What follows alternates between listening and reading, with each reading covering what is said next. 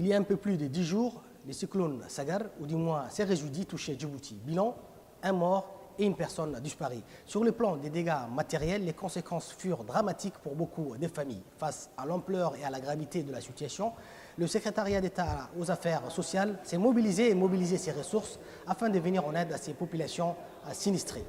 Mesdames et messieurs, bonsoir. Pour nous expliquer justement ces actions d'aide en faveur de ces populations sinistrées, la secrétaire d'État aux affaires sociales, Mouna Ousmane, nous reçoit dans son bureau. Bonsoir encore et merci d'avoir accepté de répondre aux questions des compléments d'infos. Alors une première question avant, bien entendu, d'aborder la question de l'assistance. Une estimation globale des familles touchées et surtout un chiffre sur les dégâts causés par ces intempéries. Bismillahirrahmanirrahim. D'abord, je voudrais vous remercier de nous avoir invités à cette émission de complément d'enquête parce qu'il est important de quand même se poser à un moment et de discuter des dégâts humains et matériels que le cyclone Sagar a quand même provoqué dans notre pays. De façon générale, je pense que l'ensemble des informations qui ont circulé ces 10 jours par les médias nationaux et internationaux ont pu présenter de façon officielle les résultats des dégâts physiques et matériels. Mais il est très important de revenir sur des éléments d'information un peu plus poussés parce que beaucoup d'efforts ont été quand même déployés pour pouvoir faire face, même si on ne peut pas résoudre, on ne peut pas faire face à une catastrophe naturelle, mais au moins pour essayer de pouvoir atténuer les impacts. Au jour d'aujourd'hui, toute la ville de Djibouti a été inondée. On ne pourra pas dire qu'il y aura un quartier qui a été épargné, mais des quartiers ont été plus inondés que d'autres, ou bien avaient des infrastructures qui n'étaient pas adaptées à une évacuation d'eau, donc qui ont eu des conséquences un peu plus lourdes. Et nous pouvons dire qu'à peu près, nous sommes au jour d'aujourd'hui recensés à peu près 2000 familles, mais 2000 familles extrêmement touchées. Hein. On a essayé d'aller voir vraiment le degré de gravité de conséquences, mais les dégâts sont plus larges. Hein. On est à peu près il y a à peu près combien de familles qui vivent à Djibouti ville? On est à 200 000 habitants. Facile, 30 à 40% ont été touchés. Donc 2000 familles sont recensées au jour d'aujourd'hui, avec une situation un peu plus grave que les autres, mais l'impact a été un peu plus large. On monte jusqu'à 5000 familles, 6000 familles à peu près. D'accord. Effectivement, vous n'êtes pas seul à intervenir dans ces opérations, mais vous restez le principal bailleur, si je ne me trompe pas. Cela étant, quels sont vos autres partenaires, les autres partenaires justement impliqués à vos côtés? Tout d'abord, au niveau du gouvernement, je pense que quand des intempéries de ce genre arrivent, il y a des dispositifs qui sont déjà mis en place, des structures qui sont chargées de répondre à ces catastrophes, des commissions et des comités. Mais pour cette question du cyclone Sagar, au niveau de la primature et le Premier ministre, une équipe a été constituée avec en tête de file le ministère de l'Intérieur et les sapeurs-pompiers, donc la direction des pompiers et civils, la protection civile, et qui a, elle, donc drainé l'ensemble des institutions qui pouvaient s'organiser autour de cette question de riposte. Il y a eu l'ONARS, il y a eu la gestion des risques, il y a vraiment eu beaucoup d'établissements qui ont travaillé en concertation et énormément de départements ministériels aussi ont été associés, donc l'éducation nationale, la décentralisation, nous-mêmes, le ministère de l'Intérieur, je l'ai dit tout à l'heure, la mairie, la préfecture et tout. Donc c'était vraiment un gros groupe d'équipes. On ne peut pas dire qu'on était les bailleurs, hein, vraiment, on est quand même fait partie du gouvernement, mais chaque institution ou département ministériel avait une intervention spécifique à mener. Et pour nous, au niveau des affaires sociales, la question qui devait être prioritaire, c'était comment répondre aux sinistrés, aux populations touchées par ce cyclone-là. Selon votre domaine d'attribution. Le domaine d'attribution et nos interventions qu'on fait de façon routinière. Hein. Donc quand il y a un sinistre qui arrive, il y a plusieurs étapes à une réponse de gestion de risque. Il faut d'abord qu'on puisse gérer l'urgence. Et l'urgence, en premier lieu, les 3 premiers jours, c'était surtout d'évacuer les eaux des voies principales, des établissements comme les écoles et les centres de santé, les centres de développement communautaire, les endroits publics vraiment où il y a également eu beaucoup de dégâts à ce niveau-là. Ensuite, la deuxième étape, c'était de pouvoir s'approcher de la population et de pouvoir ouvrir les voies secondaires dans les quartiers et aider la population à évacuer les eaux dans les maisons. Et c'est durant cette période que nous avons pu également faire notre évaluation des dégâts physiques qui sont arrivés dans les maisons. Donc il y a toutes ces étapes et avec toutes ces institutions que l'ensemble de travail qui a été fait pour essayer de répondre aux conséquences du cyclone a été mené. Par rapport à ces actions justement proprement dites, dans quel quartier vous êtes intervenu le plus? Les anciens quartiers, Balbala ou... Balbala, on n'a pas eu beaucoup de dégâts au niveau de Balbala. Certains quartiers ont été touchés, mais les dégâts ont été principalement au niveau de les anciens quartiers de Djibouti, donc au niveau de quartier 1 jusqu'au quartier phare de Balbala. Donc c'est à peu près tous les quartiers de la capitale. Mais il y a des quartiers qui ont été encore plus touchés, donc les quartiers 1, 2, il y a le quartier 6, le quartier 7, le quartier Arhiba, le quartier Djebel Humbouli. Donc c'est des quartiers où des conséquences soit liées aux infrastructures routières ont provoqué l'inondation, soit à des actes ou bien des manœuvres que la population fait de façon générale. Quand ils construisent une maison, ils mettent des tas de sable, donc ça bloque quelque chose, ou bien les canalisations ne sont pas assez bien ouvertes. Donc c'est vraiment, chaque quartier avait sa spécification, mais de façon globale, la difficulté c'était comment pouvoir sortir le maximum d'eau de la ville. Donc plusieurs efforts ont été faits au niveau de la protection civile, mais également la direction de l'assainissement qui a fait quand même un travail assez important. Parce que c'est surtout elle qui est chargée de suivre ces installations sanitaires d'assainissement, mais aussi qui dispose des expertises pour pouvoir connaître là où on peut évacuer l'eau de façon adaptée. Donc les deux institutions ont dû collaborer ensemble pour que le travail soit concordant sur le terrain. Maintenant vous êtes sur le terrain, la population effectivement, oui, et puis sur le terrain, quel type d'aide est-ce que vous avez apporté? Alors nous, de façon spécifique, les affaires sociales ont fait un travail depuis le jour du cyclone, c'est-à-dire depuis dimanche matin, donc au lever du matin. Le travail, c'était de pouvoir déployer nos acteurs et travailleurs sociaux, ce qu'on appelle, qui sont au nombre de 2 par quartier au jour d'aujourd'hui, avec les préfectures, les sous-préfectures, les élus locaux de la municipalité, les associations actives avec lesquelles on travaille de façon... et tout ce qui est chef quartier et chef coutumier. Tous ces agents ont été déployés en même temps pour essayer de passer dans chaque quartier et faire cette évaluation maison par maison. Donc ça nous a pris au facile 4-5 jours. Et ensuite, il fallait qu'on apporte des réponses. Les réponses sont de 2 types. Il y a l'appui aux équipements et matériels nécessaires dans une famille qui ont été souvent transportés par l'eau et les denrées alimentaires. Donc la stratégie qui a été adoptée, c'était de pouvoir identifier ces familles d'abord, les enregistrer, les amener au niveau du guichet social et à partir du guichet social, qu'on puisse leur donner leur coupon d'achat pour qu'ils aillent chercher ces matériels à des boutiques de la place. Alors ça doit quand même représenter un coût assez important. Une idée sur les chiffres?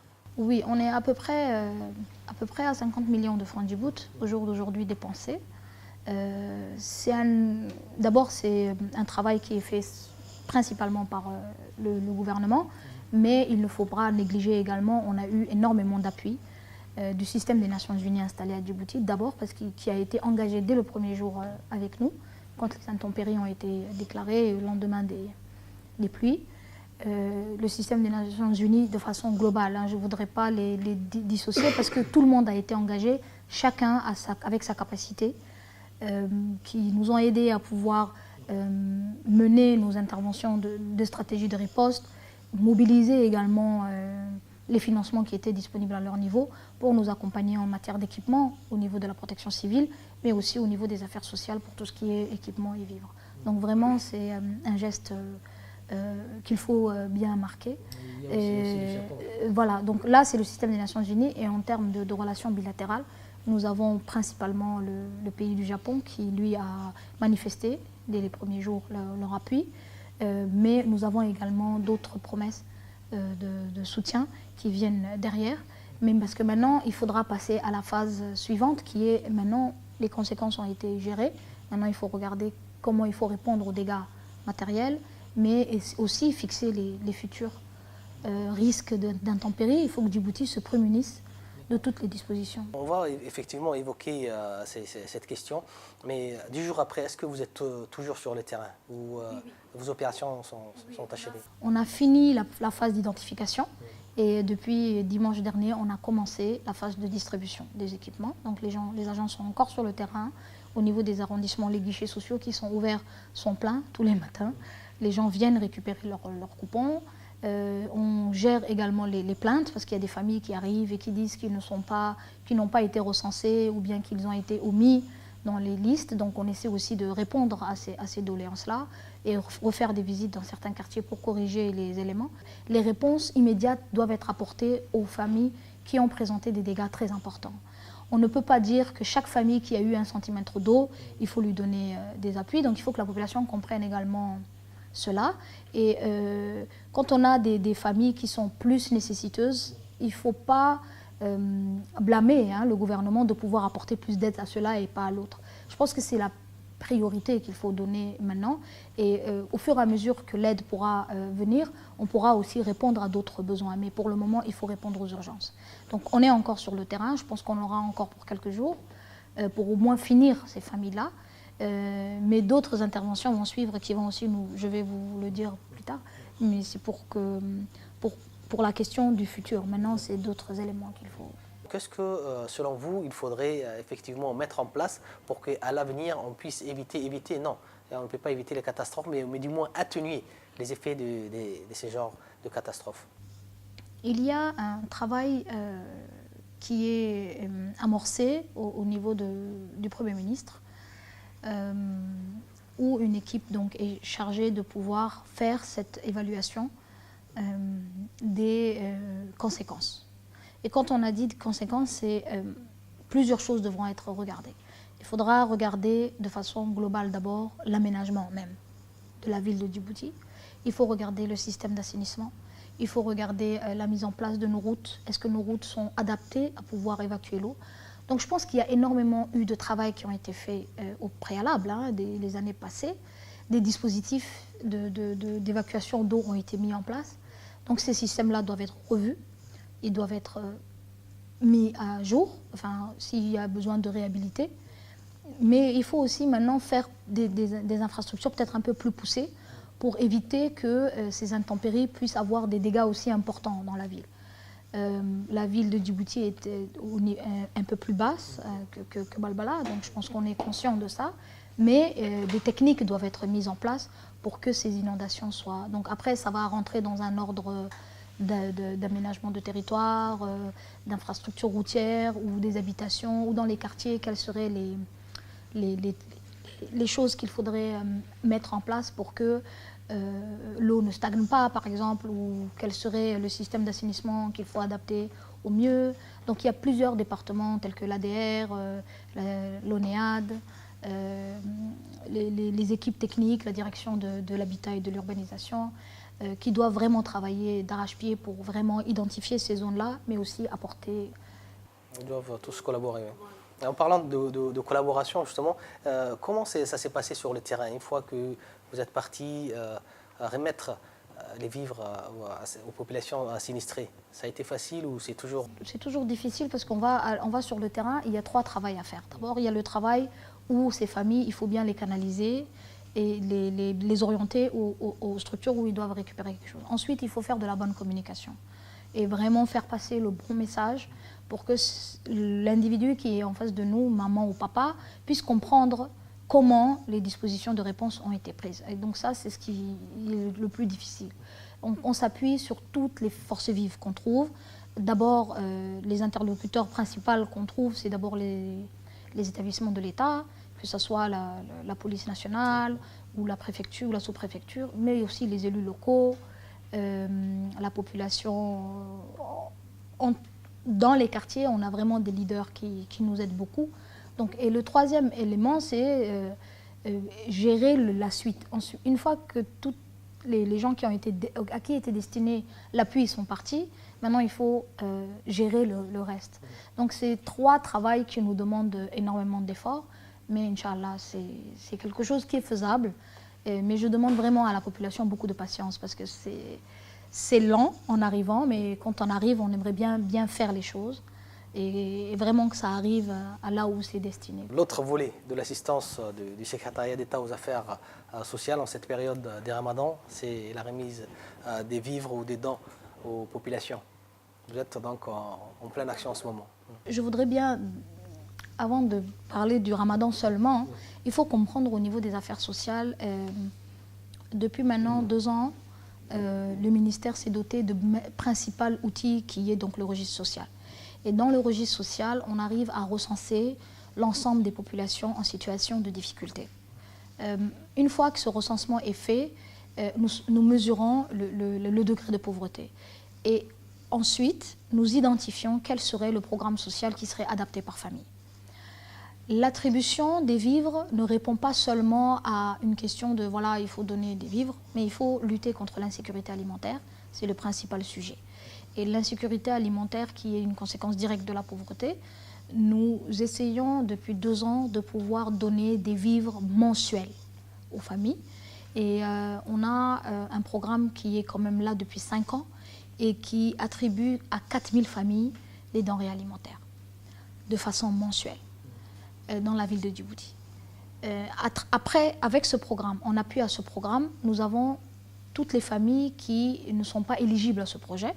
Donc ces familles-là, nous essayons que tous les trimestres, on puisse faire une distribution de vivres, toujours avec la base du registre social. Donc les gens sont identifiés avec ce registre social, ils passent par les guichets sociaux, on a des outils qui ont quand même coûté très cher au pays, qui sont installés et qui nous permettent vraiment d'identifier ces familles-là. Et tous les trimestres, on essaie de faire ça. Maintenant, c'est le mois de Ramadan, donc les gens sentent un peu plus la distribution de vivres, mais la distribution de vivres, c'est quelque chose de quotidien sur toute l'année. Et donc les dispositions qui ont été prises aussi pour le mois de Ramadan, c'est toujours sur le même système de la base de données nationale qu'on utilise, et c'est les familles qui ont présenté les doléances au travers des guichets sociaux qui ont pu avoir l'appui alimentaire, et on continuera. Donc c'est vraiment un acte de solidarité qui est démontré de façon un peu plus accentuée durant le mois de Ramadan. Comparaison n'est pas raison, mais dans la plupart des pays, l'assistanat a démontré ses limites. Le fait de continuellement d'apporter des vivres, et ils ont changé de méthode.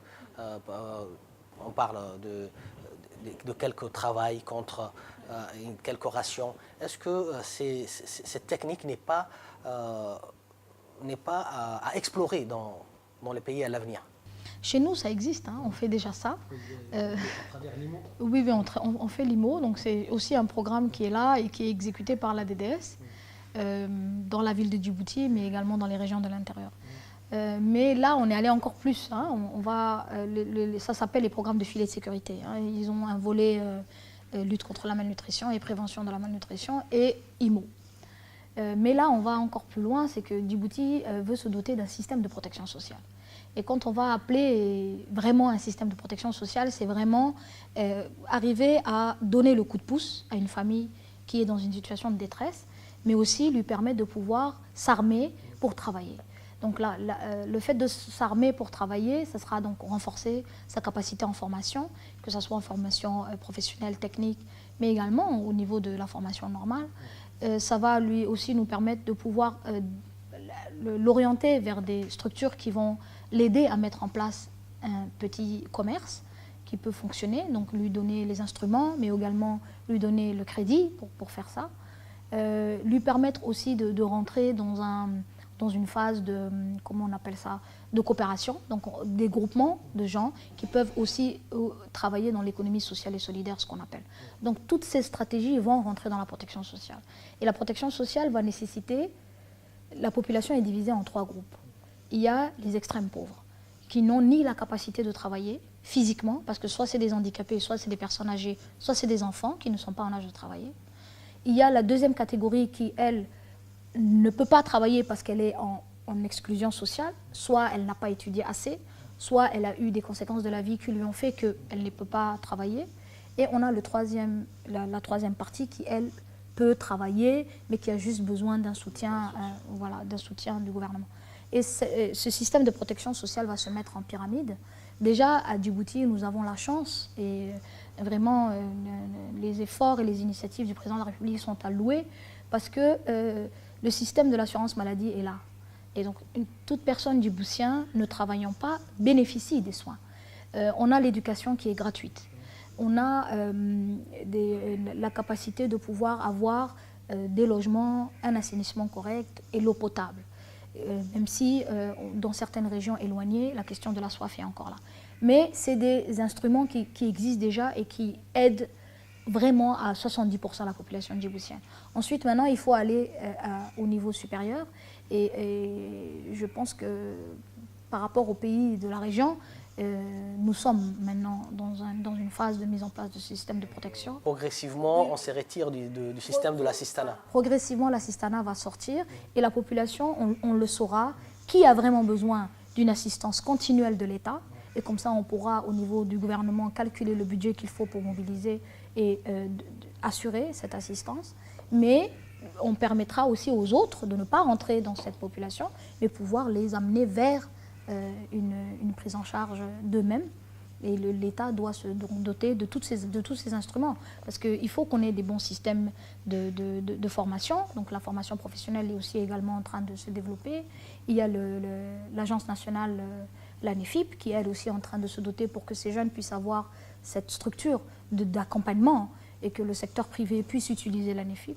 Il y a énormément d'instruments qui sont en réforme, qui vont rentrer. Et nous, les affaires sociales, on veut toujours s'intégrer dans cette évolution. Et il faut profiter également du développement économique de ce pays parce que le pays est en train d'avancer, la croissance économique est quand même un chiffre très intéressant et il ne faut pas qu'on rate ça.